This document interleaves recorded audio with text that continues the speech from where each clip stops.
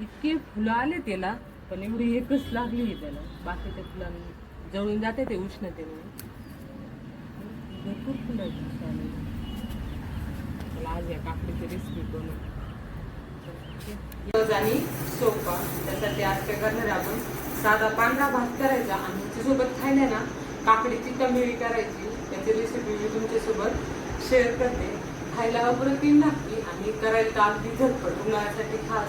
आणि विशेष म्हणजे काकडी थंड असते, त्याच्यामुळे या रेसिपीचा उन्हाळ्यात फायदा पण होतो आणि करायला पण सोपी. म्हणजे एका दगडात दोन पक्षी ज्याला म्हणतात ना, तसा कार्यक्रम आहे. त्याच्यामुळे आता त्याला आपण तमिळी बनवू आणि सोबत बाजूला काय करू, हा सफेद भात. ती सफेद भाताबरोबर खाल्ले जाते, म्हणून सोबत सफेद भात देखील करून घेऊ आपण साधा.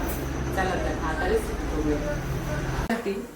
आपलं ओलं नारळ जे आहे ते घेतलंय, तीळ घेतले, तीळ किंवा हावरी तुम्ही जे म्हणत असाल ते, हिरवी मिरची घेतली, कोथिंबीर घेतली आणि 2-3 काळे मिरे घेतले.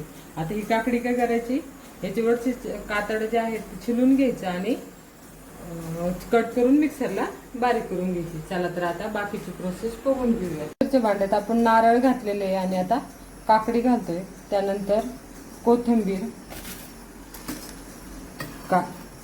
काळी मिरी, मिरची आणि हे तीळ असं आपण संपूर्ण घालून घेतो.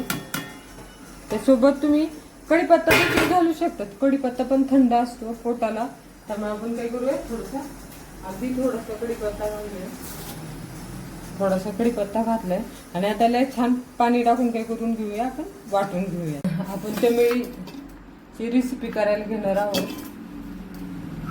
त्यासाठी काय करू, आपण इकडं पळी तापत ठेवलेली गॅसवरती.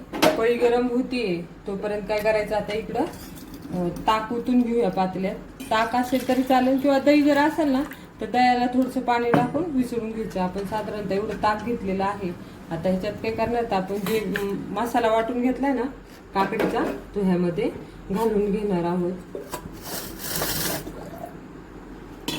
आता ह्या ताकामध्ये आपला हा मसाला घालून घ्यायचा.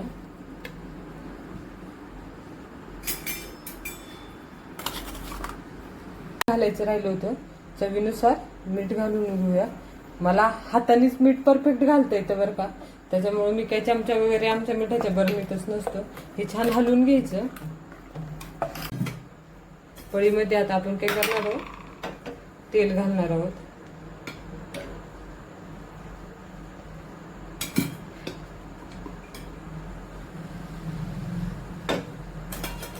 तेल घातल्यानंतर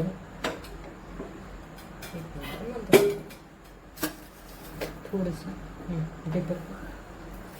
मोहरी घालणार आहोत, जिरे, त्यानंतर कढीपत्ता आणि 1-2 लाल सुके मिरच्या.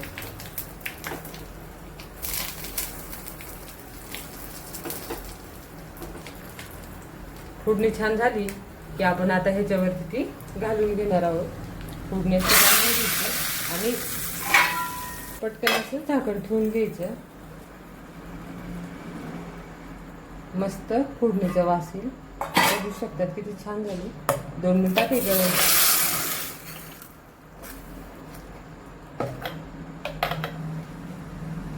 बघू शकतात किती छान झाली आहे. अशी एकदम मस्त तयार झालेली आहे. आता आपण ही पांढऱ्या भातासोबत खाणार आहोत. बस अशा प्रकारे आपली तमिळी तयार झालेली आहे. Ready to eat. आपण आता खाण्यासाठी वाढून घेऊया.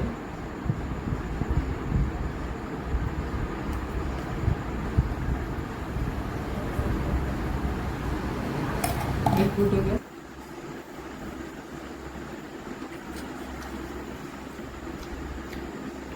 हा नाही मस्त.